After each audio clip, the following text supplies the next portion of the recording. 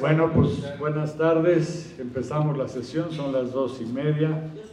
Agradecemos la presencia de nuestra expositora, que es la maestra Gabriela Aurora Ramírez Cepeda, y ella va a exponernos la prevención, cumplimiento y responsabilidad empresarial respecto de la explotación laboral y el trabajo infantil. Ella es la directora de Políticas de Trabajo Digno dentro de la Secretaría de Trabajo y Previsión Social. Démosle un aplauso. Gracias. Gracias. Le paso el micrófono para su exposición. Ay, muchas gracias. Muchas gracias. Buenas tardes a todas y todos los que están aquí reunidos en este salón tan bonito. Nunca había entrado a este lugar, está muy bonito. Y también a los que están en Zoom. Entiendo que es una sesión híbrida, entonces pues vamos a estar platicando, espero que en virtual también y aquí en presencial. Les agradezco mucho esta invitación de parte de la Dirección General de Previsión Social que encabeza mi jefe, el licenciado Omar Estefan Fuentes, director general de Previsión Social. Pues les extiende su saludo, le hubiera encantado estar aquí, pero está próximo a irse a la Conferencia Internacional de Trabajo, entonces pues ya se imaginarán, ¿no? Yo les voy a platicar un poco sobre explotación laboral y sobre trabajo infantil. Espero que esta sesión sea de su interés, de su agrado y que podamos intercambiar ideas también sobre lo que está pasando actualmente en el mundo laboral. Primero, quisiera empezar con la idea, o más bien retomar este concepto de trabajo digno, porque creo que… ¿Me acerca? Ay, perdón. Es que ya no sé si aquí o acá. Muy bien. Retomar el concepto de trabajo digno para, pues, un poco ponernos en contexto para llegar a la explotación laboral, y luego les hablaré de trabajo infantil, pero es muy importante, pues, hablar de esto, ¿no?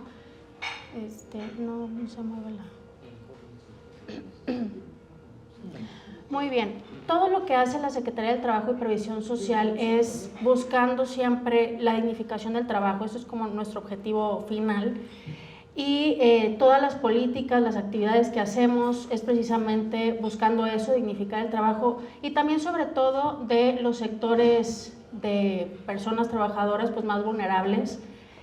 Como ustedes bien saben, ha habido reformas importantes en los últimos años en materia laboral, y pues la última de las últimas está sobre el trabajo en plataformas digitales, la reforma sobre las 40 horas y bueno, una serie de reformas que ustedes ya conocen. Pero retomando esta definición del trabajo digno o decente, voy a hablar un poco de lo que la OIT dice de este trabajo digno, que es pues la síntesis de las aspiraciones que puede tener una persona durante su vida laboral, que es pues que pueda acceder a un empleo productivo, que genere ese ingreso justo, seguridad en el lugar de trabajo y protección social, ¿no? Eso pues lo sabemos bien y es un poco también lo que se retoma en la Ley Federal del Trabajo y en la Constitución.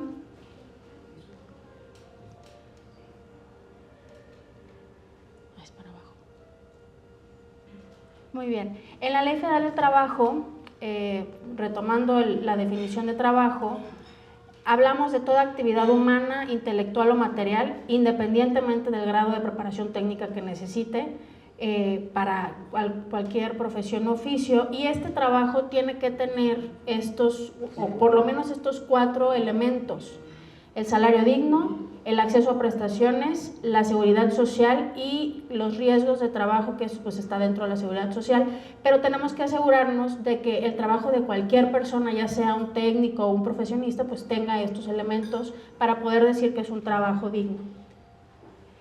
Y también hablando de la de la Constitución Política de los Estados Unidos Mexicanos, ustedes conocen que desde ahí se está dignificando el trabajo porque estamos hablando de condiciones muy específicas de lo que tiene que tener.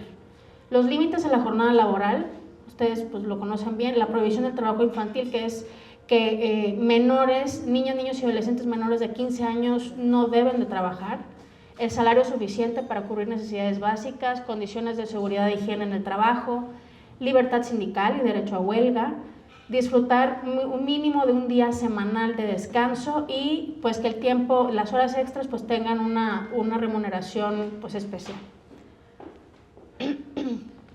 Lo que sí es importante mencionar es que la Ley Federal del Trabajo no usa el término explotación laboral, no está ahí, ustedes saben muy bien. Lo que sí hace es que de manera indirecta prohíbe esta explotación laboral, estableciendo reglas mínimas como los límites a la jornada, al salario, el descanso, la prohibición de la coerción, violencia y discriminación, protección reforzada a grupos vulnerables y ¿qué es la explotación laboral? Pues es el aprovechamiento abusivo del trabajo que vulnera la dignidad de los derechos humanos de una persona. Entonces, desde la Ley Federal del Trabajo se busca proteger al trabajador para evitar que caiga en condiciones de explotación laboral. Pero, pues no está en la Ley Federal del Trabajo regulado porque es algo que no debe de existir, no es un trabajo que hay que regular desde ahí, por eso está en la Ley General en materia de trata de personas, porque ya estamos hablando de pues vulneración de los derechos humanos con fines de explotación laboral, ¿no? ¿Qué tiene que pasar para que haya una explotación laboral? Que una persona trabaje en condiciones peligrosas o insalubres, que exista una desproporción entre pues, el trabajo que hace y lo que le pagan, ¿no? Que sea un salario no remunerador, que el salario incluso esté por debajo de lo establecido. Desafortunadamente sí pasa eso todavía, y que las jornadas de trabajo estén por encima de lo estipulado en la ley. Entonces, se tienen que dar todas estas condiciones para presumir que estamos hablando de un caso de explotación laboral. La Ley Federal del Trabajo lo que hace es que en distintos artículos busca proteger o prohibir o de alguna manera prevenir prácticas que se pueden asociar a la explotación laboral. Por ejemplo, pues desde el artículo 2 y el tercero sobre el trabajo digno y decente, que es la prohibición general de la explotación, evitar o prohibir la violencia, hostigamiento y acoso laboral, la subcontratación, que es otra de las reformas que se hicieron en los últimos años. Se prohíbe esta subcontratación de personal porque esto antes, cuando se permitía, pues se prestaba a prácticas en las que las personas trabajadoras tenían un intermediario que supuestamente no era su patrón y no les daba ningún tipo de prestación laboral ni incluso ni seguridad social. La jornada de trabajo está muy bien establecida en la Ley Federal del Trabajo. Se prohíben jornadas excesivas o permanentes, o sea que sea una constante, que sean más horas de trabajo de las estipuladas en la Ley Federal del Trabajo. Los días de descanso también hablan del salario, normas protectoras del salario y qué conductas se asocian con trabajo forzoso y explotación. Pues el artículo 5 de la Ley Federal del Trabajo prohíbe la renuncia a los derechos laborales, eso no es posible. Condiciones que impliquen servidumbre o sumisión, y también prohíbe a los patrones obligar a las personas trabajadoras a permanecer de pie durante todo el día. Aquí entra también la famosa ley Silla. Amenazar o coaccionar o ejercer represalias y realizar actos que restrinjan derechos laborales. ¿Cómo se protege a los grupos vulnerables? Pues a través de estos artículos que protegen también el trabajo de mujeres, protección de la maternidad, protección de menores de 18 años pero mayores de 15 años, que es lo que sí regula la Ley Federal del Trabajo, el trabajo adolescente en edad permitida. Entonces todos estos elementos de la Ley Federal del Trabajo pues ayudan o evitan que haya una explotación laboral. Y pues por mencionar algunas de las explotaciones, de los ejemplos en los que se puede recaer en explotación laboral, pues primero el tema de trabajo forzoso, que es el trabajo o servicio que se realiza bajo amenaza o pena cualquiera en contra de la voluntad de alguna persona. El trabajo infantil, que son las actividades que realiza una niña, niño o adolescente que pone en peligro sus otros derechos fundamentales. La trata de personas, eso ya estamos entrando en una materia pues distinta, pero bueno, también la trata de personas. Se movió Y gracias.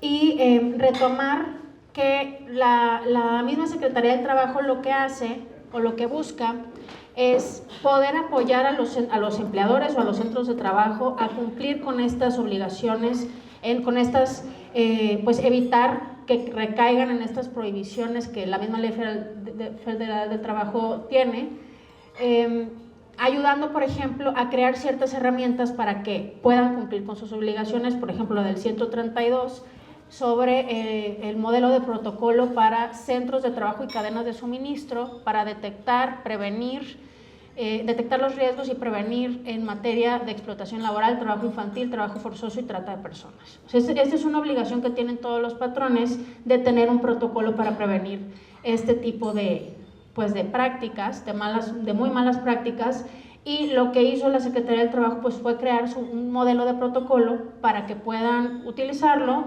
para que puedan descargarlo y de ahí incluso pues tomarlo como su modelo, vaya la redundancia, para crear su propio protocolo en su centro de trabajo.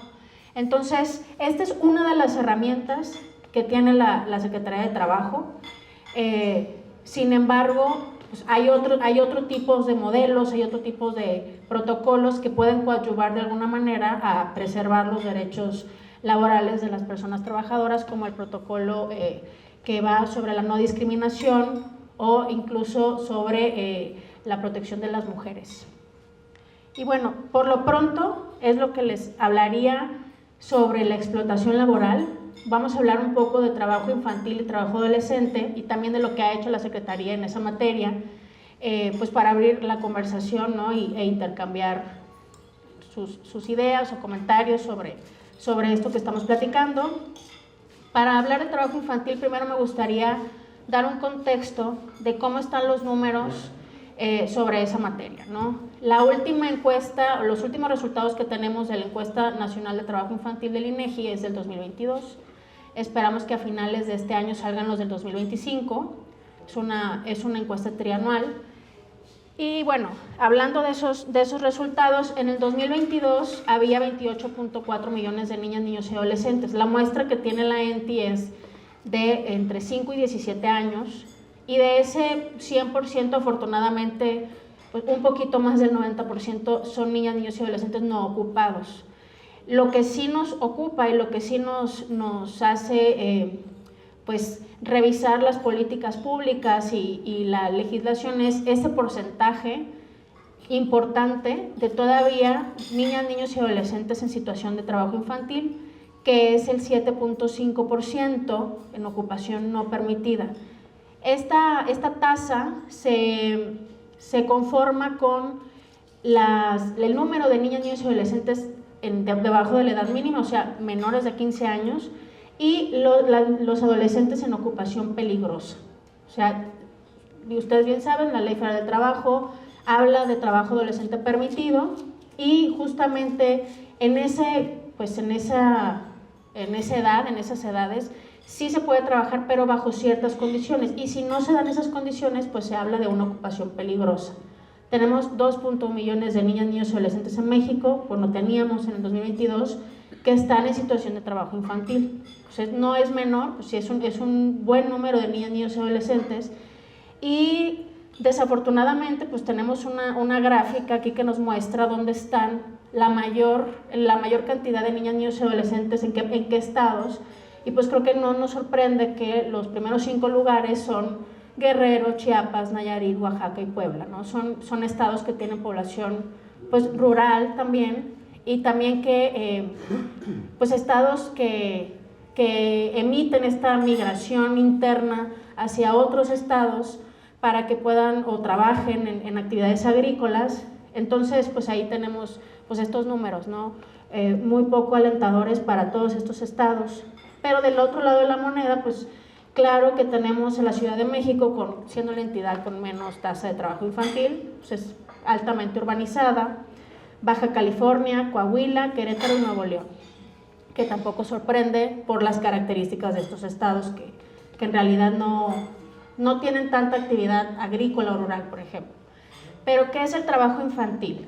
Es la participación de una niña, niño o adolescente en formas de trabajo prohibidas. ¿Y cuáles son esas formas de trabajo prohibidas? Pues que estén debajo de la edad mínima o que estén en labores peligrosas, que ahorita les voy a platicar cuáles son. Y recordar que de acuerdo con el convenio de la OIT, creo que es el 182 o 132, pero ahí nos dice de la edad mínima, estamos hablando de 15 años, antes era 14 años y ya la subimos a 15. Lo que sí no es trabajo infantil, pues todo lo que se relaciona con actividades de creación artística, deportiva, de desarrollo científico, todo esto, los niños artistas, los niños científicos, pues no es trabajo infantil, siempre y cuando sus actividades se realicen bajo la supervisión de sus padres o tutores, y también que esas actividades no entren en conflicto con ejercer otro tipo de derechos, como es el derecho a la educación. Y el trabajo adolescente en edad permitida, les mencionaba que es de adolescentes entre 15 y 17 años, debe de cumplir con ciertas condiciones, por ejemplo, un horario de trabajo 6 horas diarias máximo, con un descanso de 1 hora entre cada 3 horas, que su pago del salario sea igual que el de una persona adulta que realiza las mismas actividades, que sus días de descanso sean los domingos, días festivos, y desde el primer año 18 días de vacaciones pagadas. Y esto, sorpresivamente, muchos sectores de empleadores no lo saben, pero sí tienen acceso a la seguridad social. Si el IMSS sí permite dar de alta a las personas, a los adolescentes en edad permitida de trabajar, entonces también es una obligación y es un derecho que tienen ellos. ¿Cuáles son los requisitos para trabajar? Pues les mencionaba estos 15 años cumplidos, que haya una autorización para trabajar de parte de sus padres o tutores, que hayan terminado su educación básica, un certificado médico y un contrato por escrito. Es muy importante que haya un contrato por escrito, porque ahí se establecen las condiciones en las que van a ejercer su empleo. Y rápidamente las actividades peligrosas, o sea que no deben de participar los adolescentes en edad permitida, pues más allá de las 10 de la noche, en calles, en trabajos ambulantes, en custodia, ni tampoco de niñeras o de niñeros, no en custodia ni de personas, ni de valores, ni al cuidado de nadie, ¿no?